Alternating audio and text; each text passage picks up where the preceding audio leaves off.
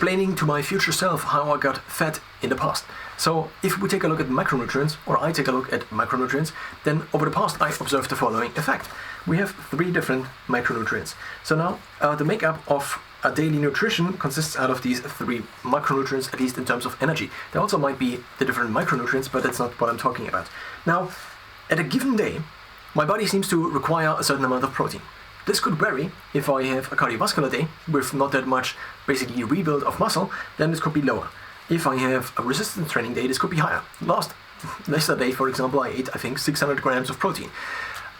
I ate 600 grams of protein. Sometimes I only eat 200 grams of protein. I'm 6 foot tall, and sometimes, well, I eat what my body kind of demands.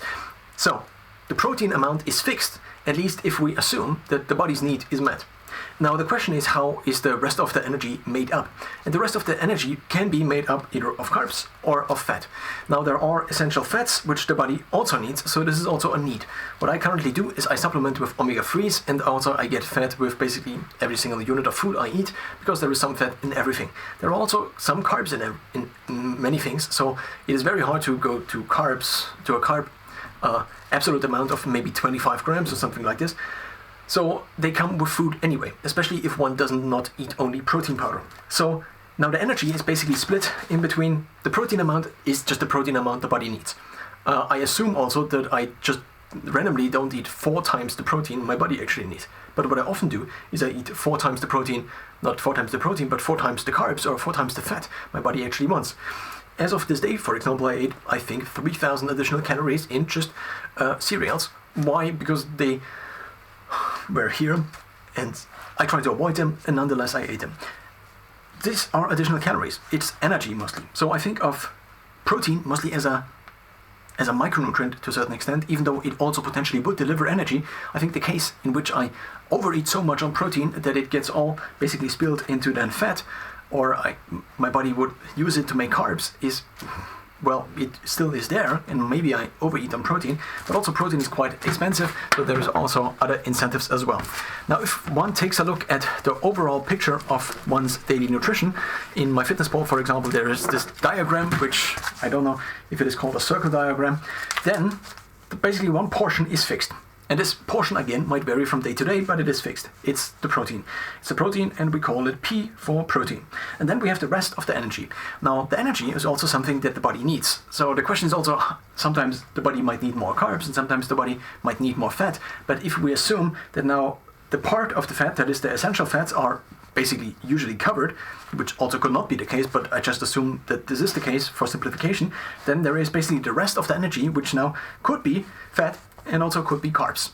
Now, if I have carbs and fat, then there is a big problem. The problem is if I have both high carb and high fat, then I get fat. Now, why is this the case? I think of this now, this is overly simplified, but it's also only kind of to a certain extent for me, even though I put these videos public, but I also wanted to have kind of a reference in terms of the audience, and the reference in terms of the audience is me in the future, such that I don't include all the different things I otherwise would explain constantly. Because I think, well, doesn't matter now. I am talking myself into a corner here.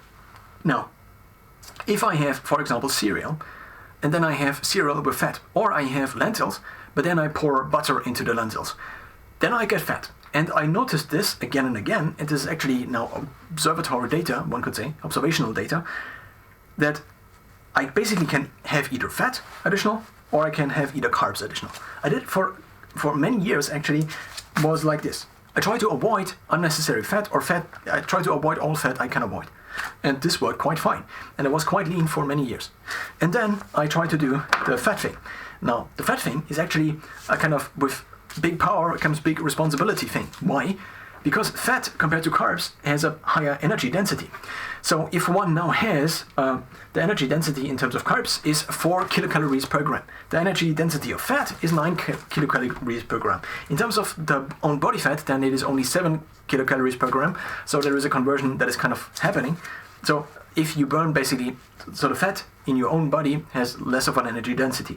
So that's to a certain extent useful, because then this means if one has an excess fat of maybe 1 kilogram, then it doesn't have that many calories, so it takes less energy kind of to burn it, one could also say. So if the protein is fixed. Then we have the essential fats. Then I am with the fats, and if I just eat an additional hand of nuts, then it might be the case that I just blew my caloric expenditure for the day. But if I just eat 2 additional cans of lentils, which might be 1.2 kilogram or something like this, or I think one can has 530 grams, so these are cooked lentils, I sometimes get them at the grocery store, 530 grams, and I sometimes eat 2 of them, which is about 1 kilogram of additional carbs. Now, of course, these are not just carbs, most of it is water in this case, but that's kind of very filling. And these are, I don't know how many calories, but compared to having a hand of nuts, or maybe 2 hands of nuts, or I often, especially in the last years, since I try to also be vegetarian at the same time as having a high protein amount, which was fairly, I don't know, and I also try to fast very long during the day. So what I often had, and I also try to not spend too much money on nutrition, so what I often bought is 1 kilogram packs of peanuts, because these were sometimes offered, and so it was like 6 euros for 1 kilogram of peanuts. And I had lots of peanuts, but I usually got fat after eating them. Now, what do I mean with fat? If I have a certain body composition, and I then additionally have fat on this, then I would consider this basically anything that otherwise would result in optimal health outcomes, I consider this to be fat. Fat is actually then, in this case, more overfat. One could also say one is underfat if one has too little fat in order to have proper hormone levels, for example. But usually what is referred to as fat, and this is at least the language I use to describe whenever I take notes for myself, is that this then makes me fat, which is fat that is kind of unnecessary, and if I'm going for a run, then this is not contributing in any positive way, and it is just basically additional weight, which reduces my power to weight ratio, and therefore is just not very beneficial. Now, there might be different things associated with this, but this is how I think about this, at least for myself. So now, the idea is that I can basically choose between these main 2 diets. I can either have protein with fat, so this could be meat, for example, with a little bit of additional fat. It doesn't matter that much. Of course, I need to still watch out for the calories, and also with great power comes great fat responsibility. But I could also switch to carbs. Now, the big benefit of fat is that I am mentally kind of more alert, and it also does not block my sleep. I think of carbs as kind of a sleep blocking mechanism. If I eat carbs in the evening, then there are 2 things that are happening. First of all, the digestion of the carbs usually increases my resting heart rate. With fat, maybe to a certain extent, but with fat and protein, let's just say I eat lean meat, so that's not that much fat. But what I noticed, for example, yesterday evening, I was hungry again, and then 2 hours before bedtime, I basically ate 800 grams of beef or something like this. And in addition with a couple of vegetables. What I noticed is that 2 hours afterwards, I basically was able to sleep with a similar carb amount in terms of the calories, or maybe it is also because the protein does not have that many calories, and high protein seems to work better, and it was not that much fat, so maybe it also worked mostly because it was mostly protein.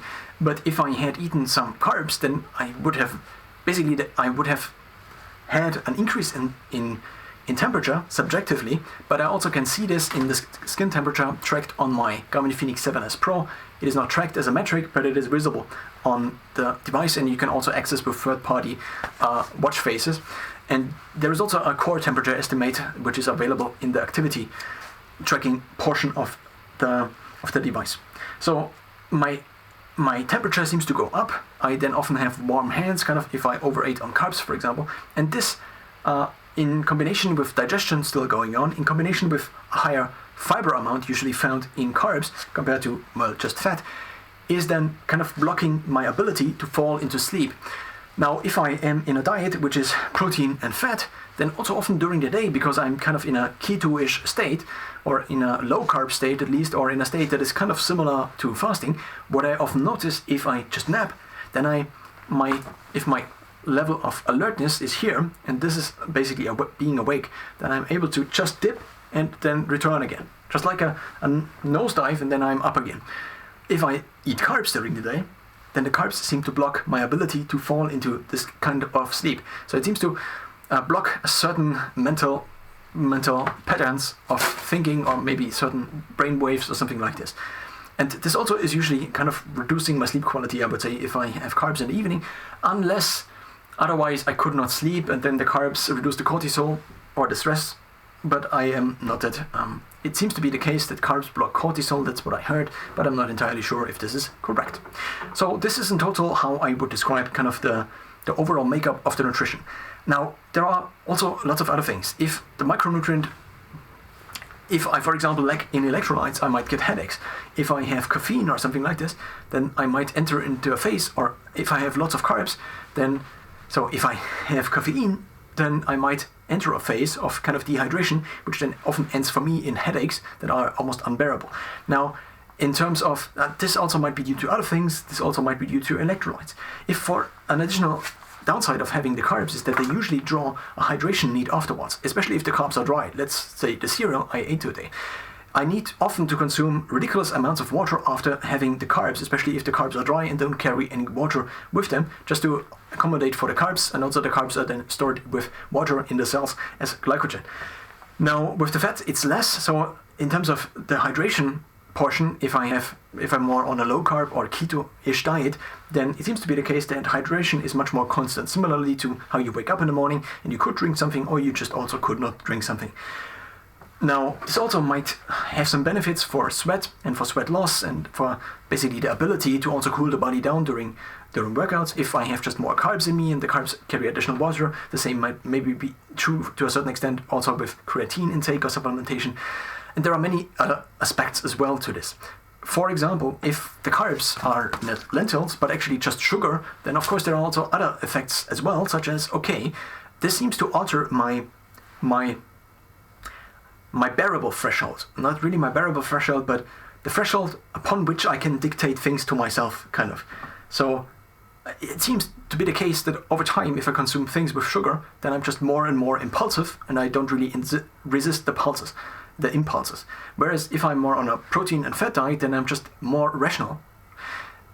Even though I might be less dopaminergic, I might be still more rational and therefore get actually the things done I need to get done.